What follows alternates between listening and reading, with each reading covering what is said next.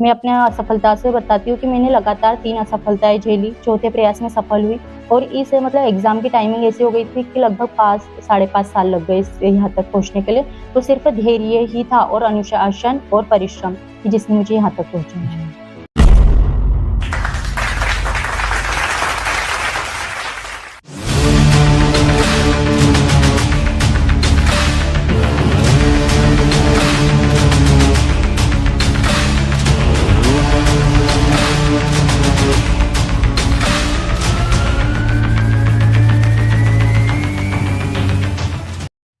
नमस्कार, मैं ऋषभ राज पाठक आपका स्वागत करता हूं लीड लैब के मंच से।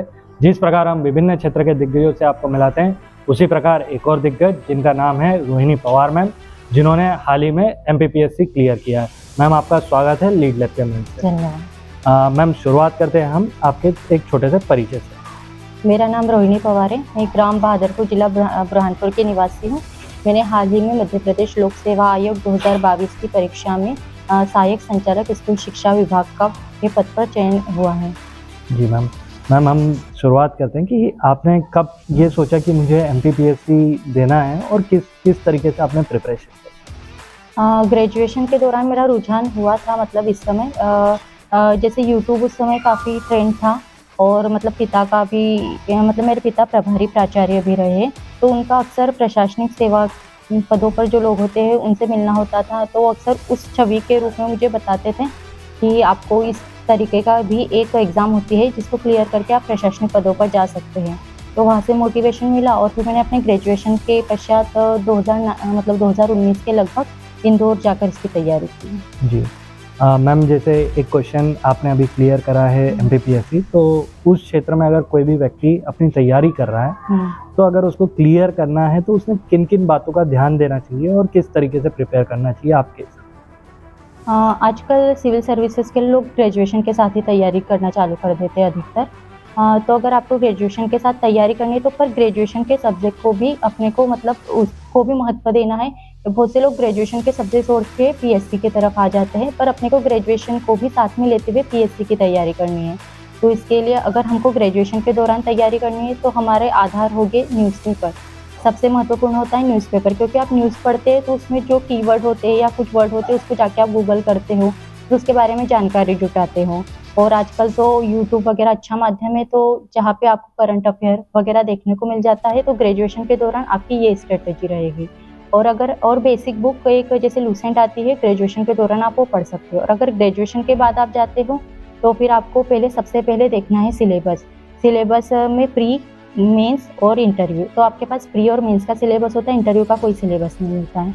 तो प्री और मेंस के सिलेबस को देखना है, उसकी बुक लिस्ट निकालनी है टॉपर की, कि आपको बहुत जगह वो बुक लिस्ट मिल जाएगी, तो आप उसके हिसाब से तैयारी कर सकते हैं। जी मैम।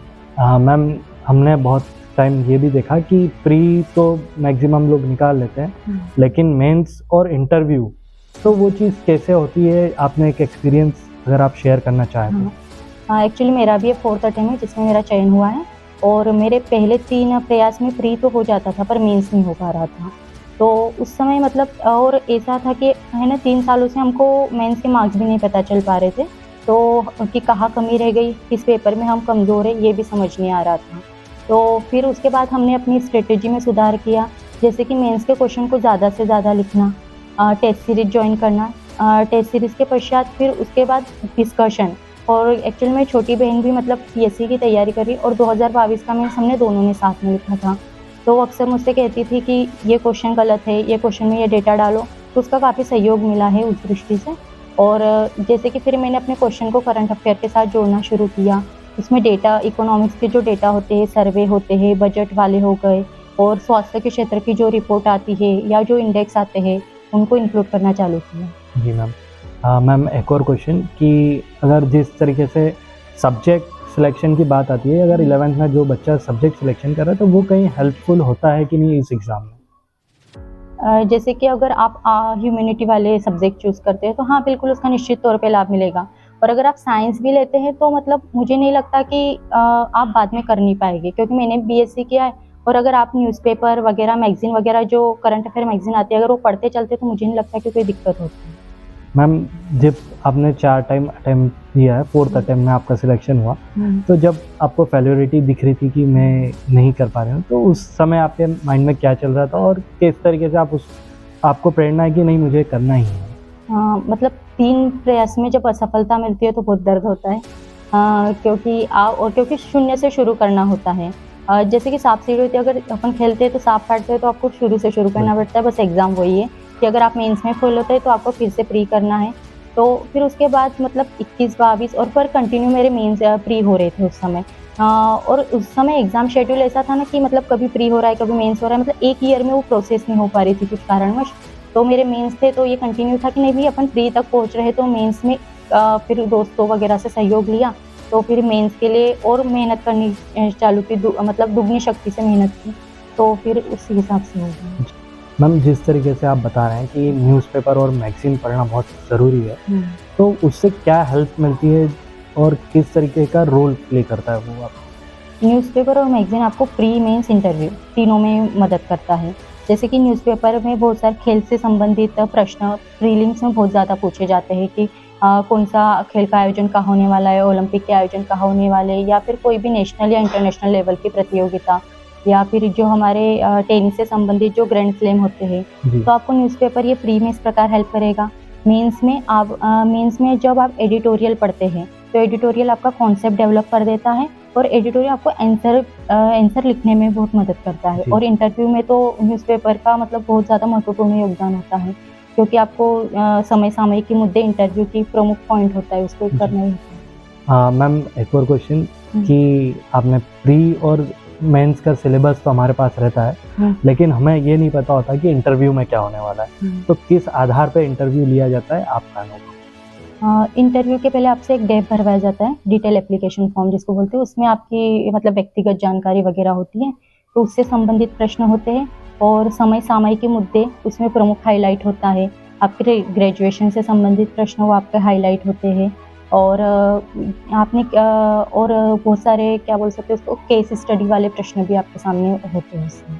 मीन्स कि जो हमारा व्यक्तित्व किस तरीके का है और हमारे डिसीजन लेने की कैपेसिटी कितनी है, वो सारी चीज़ें उसमें जांची जाती है। मैम एक और बात कि जब आप जब आप तैयारी कर रहे थे, तो आपके सामने कई चुनौतियाँ आई होगी और वो चुनौतियों से कभी-कभी आप हताश भी हुए होंगे, लेकिन आप अपने पथ पर निरंतर रहे और आपने सफलता पाई है। तो वो चुनौतियाँ अगर आप हमारे दर्शकों के साथ साझा करना चाहें? हिंदी माध्यम में तो कंटेंट की ऐसी कोई दिक्कत नहीं। हाँ, आजकल कंटेंट सबसे ज़्यादा ये सबसे बड़ी दिक्कत है, क्योंकि आपको टेलीग्राम पे भरमार मिल जाएगी पीडीएफ की, यूट्यूब पे भी बहुत सारा कंटेंट अवेलेबल है, तो आपको सही कंटेंट का चुनाव करना ये बहुत ज़रूरी है। और आपको जैसे कि मेंस लिखने के लिए आपको 6 दिन की कंटिन्यू एग्ज़ाम होती है और सिलेबस इतना सारा होता है, तो उस दौरान आपको रिवाइज़ करने में भी दिक्कत होती है, तो उस समय सिनॉप्सिस और शॉर्ट नोट्स ये बहुत की पॉइंट होते हैं कि आपको मदद करते हैं सिनॉप्सिस और अपने शॉर्ट नोट्स। और साक्षात्कार के लिए तो आपकी जब से तैयारी चालू करते हैं, शायद उसी दिन से आपके साक्षात्कार की भी तैयारी शुरू हो जाती है। जी मैम। मैम जिस तरीके से आप बता रहे हैं कि कंटेंट अभी बहुत ज़्यादा है, बहुत ज़्यादा है। तो वो कंटेंट किस तरीके से सिलेक्ट करना चाहिए व्यक्ति ने कि ये कंटेंट सही रहेगा उसके प्रिपरेशन के लिए? सबसे पहले हमको प्रीवियस ईयर पेपर देखना है। 10 सालों के प्रीवियस ईयर पेपर उठा के देखिए कि किस टॉपिक से ज़्यादा प्रश्न पूछे जा रहे हैं। जैसे एमपीपीएससी का नेचर है कि वो जनगणना से, वन रिपोर्ट हो गए, जनजातियाँ हो गई, इनसे प्रश्न अधिक पूछता है। और एमपी का वेटेज लगभग 35 से 40 क्वेश्चन तक का आपको प्रीलिम्स में देखने को मिल जाता है।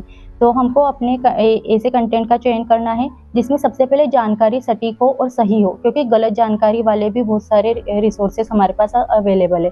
तो हमको उसको 2-3 क्रॉस चेक करना है कि ये कंटेंट सही है या नहीं। जी मैम। मैम जैसा हम लोग एक और क्वेश्चन लेते हैं आपके जीवन से कि जो आपका बचपन से जहाँ से आपके सफ़र की शुरुआत हुई, तो वह कैसा रहा और आपने कब कैसे सोचा कि मैं सिविल सर्विसेज की तरफ जाऊंगी और इस ट्रैक पे आए? बचपन तो सामान्य ही गुजरा है, पर अनुशासित और लक्ष्य केंद्रित सदैव रहा है। और मतलब माता-पिता से सकारात्मक माहौल मिला। मेरे पिताजी शिक्षक हैं और तो सदैव मतलब हमारे घर में चर्चाएँ होती रहती थी, सामयिक मुद्दे हो गए। जब हम भोजन करते तो पापा अक्सर पूछते थे कि इस देश का प्रधानमंत्री बताओ, देश में अगर जैसे कि आप अभी एक राष्ट्र एक चुनाव जैसे मुद्दे सुन रहे होंगे, तो अगर ऐसे मुद्दे होते तो इस पे तुम्हारी राय क्या है? मतलब उन्होंने हमको बचपन से उस प्रकार सिखाया या फीडिंग की है कि हमारा इंटरेस्ट उस दिशा में होता चला गया है। मीन्स कि एक ऐसा माहौल क्रिएट करा कि आपको कहीं ना कहीं करंट अफेयर जो थे या करंट मुद्दे जो थे उस पर डिस्कशन चलता ही रहता था। और मैं अपने स्कूल के दरमियान ही मतलब न्यूज़पेपर पढ़ती थी। जी, यानी एक और चीज़ आपको सपोर्ट मिला कि आपने न्यूज़पेपर पढ़ने की आदत आपको स्कूल से ही थी। मैम एक और क्वेश्चन कि जो आपको ये सफलता मिली उसका श्रेय आप किसको देंगे? इसका श्रेय मैं अपने माता पिता, छोटी बहन तथा अपने परिजन, मतलब मेरे अगर पापा नॉलेज बेस्ड का सपोर्ट करते थे तो माता हमेशा भावनात्मक रूप से सपोर्ट करती थी, क्योंकि जब असफलताएं आती है तो उस समय सिर्फ आपके माता पिता, आपका परिवार ही आपके साथ खड़ा होता है। जब सरकारी नौकरी की तैयारी ऐसी होती है, जिस दिन सफल हो जाते हैं उस दिन तो समाज आपका राज तिलक करने आता है, पर जब आप असफल होते हो तो लगातार आपका उपहास भी उड़ाया जाता है। तो और मतलब मेरे चाचा भी है जो हमेशा कहते थे तो तेरा तो सिलेक्शन पक्का है। मतलब जब हम निराशा के क्षण में थे तो उनके ये बातें सदैव प्रेरित करती रही है। मैम एक और क्वेश्चन आपके साक्षात्कार से निकल रहा है कि आपने बताया कि आप हिंदी माध्यम से थे, तो हिंदी माध्यम और अंग्रेजी माध्यम में के बच्चों में क्या डिफरेंस आता है अगर वो तैयारी कर रहा है तो? मुझे तो लगता है मतलब पीएससी में हिंदी माध्यम का ज़्यादा ये है, क्योंकि हिंदी माध्यम में कंटेंट भी बहुत उपलब्ध है। क्योंकि मेरी छोटी बहन है जो अंग्रेजी माध्यम से इसकी तैयारी कर रही है, तो उसने कंटेंट को लेके बहुत ज़्यादा समस्याएं मतलब होती है उसको, क्योंकि उसको कंटेंट अवेलेबल नहीं हो पाता है। मुझे लगता है पीएससी के लिए हिंदी माध्यम वालों को ज़्यादा सुविधा है। और अगर साक्षात्कार में पूछा जाए तो साक्षात्कार में हिंदी माध्यम को लेकर मुझे ऐसी कोई समस्या फेस नहीं करनी है। जी मैम। मैम देश के युवाओं के लिए एक मैसेज आप क्या देना चाहेंगे? परिश्रम करते रहिए, क्योंकि सफलता की कुंजी परिश्रम, धैर्य, लगन और अनुशासन ही है। बिना अनुशासन और बिना धैर्य के आप परीक्षाओं को पास नहीं कर सकते, क्योंकि आजकल एग्ज़ाम का नेचर इस प्रकार हो गया है कि आपको धैर्य रखना बहुत ज़रूरी है। बिना धैर्य मतलब मैं अपने असफलता से बताती हूँ कि मैंने लगातार 3 असफलताएँ झेली, चौथे प्रयास में सफल हुई, और इस मतलब एग्ज़ाम की टाइमिंग ऐसी हो गई थी कि लगभग 5-5.5 साल लग गए यहाँ तक पहुँचने के लिए। तो सिर्फ धैर्य ही था और अनुशासन और परिश्रम कि जिसने मुझे यहाँ तक पहुँचाया। मैम एक और क्वेश्चन लेते हैं हम लोग कि एमपीपीएससी जो एग्ज़ाम है वो देने के बाद व्यक्ति किन किन पदों पर जा सकता है और कौन सा व्यक्ति ये एग्ज़ाम दे सकता है? इसमें पदों की बात की जाए तो बहुत सारे पद होते हैं, जैसे कि डिप्टी कलेक्टर, डीएसपी, और जो मुझे मिला है सहायक संचालक स्कूल शिक्षा विभाग, वैसे आबकारी निरीक्षक, और फिर रजिस्टर्ड ऑफिसर, जनपद सीईओ जैसे अन्य पद होते हैं। और मैम कौन कौन ये एग्ज़ाम दे सकता है और क्या इसकी वो रहती है एलिजिबिलिटी? मतलब ग्रेजुएशन इसके लिए एलिजिबिलिटी होती है कि आपने किसी भी स्ट्रीम से ग्रेजुएशन किया हो तो आप एग्ज़ाम दे सकते हो। मैम जैसे कि आप एक लेडी ऑफिसर बनेंगे और अभी भी हमारे देश में कहीं ना कहीं कुछ ऐसे क्षेत्र हैं जहाँ पर गर्ल्स के एजुकेशन पे कहीं ना कहीं जागरूकता नहीं है और उनको आगे नहीं आने दिया जाता है, तो उनके लिए आप क्या कहना चाहेंगे? देखिए, महिलाएं लगभग आधी आबादी का प्रतिनिधित्व करती है, पर जब हम नौकरी के क्षेत्र में देखते हैं तो उतनी उनकी आबादी दिखाई नहीं देती है। तो इसके पहले हमारा जो सामाजिक स्ट्रक्चर है वो सबसे ज़्यादा जिम्मेदार है, क्योंकि हम लड़कियों की क्षमता मतलब लड़कियों के पास पंख होते पर हम उन्हें आसमान नहीं देते। और तो माता पिता से, समाज से यही आग्रह है कि आप उन पे विश्वास कीजिए, उन्हें अगर उनके पंखों को खुला आसमान दीजिए तो और वो भी एक दिन आसमान ज़रूर चूमेंगी। क्योंकि हम जैसे कि आज हर फील्ड में महिलाएं बहुत अच्छा काम कर रही है, जैसे भावना कंठ को देख सकते हैं, मेघा परमार को देख सकते हैं, सुनीता विलियम्स को देख सकते हैं। तो मुझे एक ही पंक्ति याद आती है, चाँद सितारे छू आए हम तोड़ के सारे बंधन। तो आप महिलाओं को मौका दीजिए, वो बेहतर कार्य अवश्य करेगी। जी मैम। मैम आपने लीड लैब के मंच के सारे सवालों के जवाब बड़े बखूबी तरीके से दिए। हमारा अंतिम प्रश्न है कि लीड लैब के मंच पर आकर आपका अनुभव कैसा रहा? लीड लैब के मंच पे आके मेरा अनुभव शानदार रहा, और आप मुझे एक सकारात्मक संवाद करने का अवसर दिया, तो इसलिए धन्यवाद। मैम हमारी टीम को विश्वास है कि जिस तरीके से आपका साक्षात्कार हमारे दर्शक देखेंगे और जो चीज़ आपने बोली कि अनुशासन और धैर्य वो अपने साथ रखेंगे और अपने क्षेत्र में सफल होंगे। मैम आपका बहुत बहुत धन्यवाद।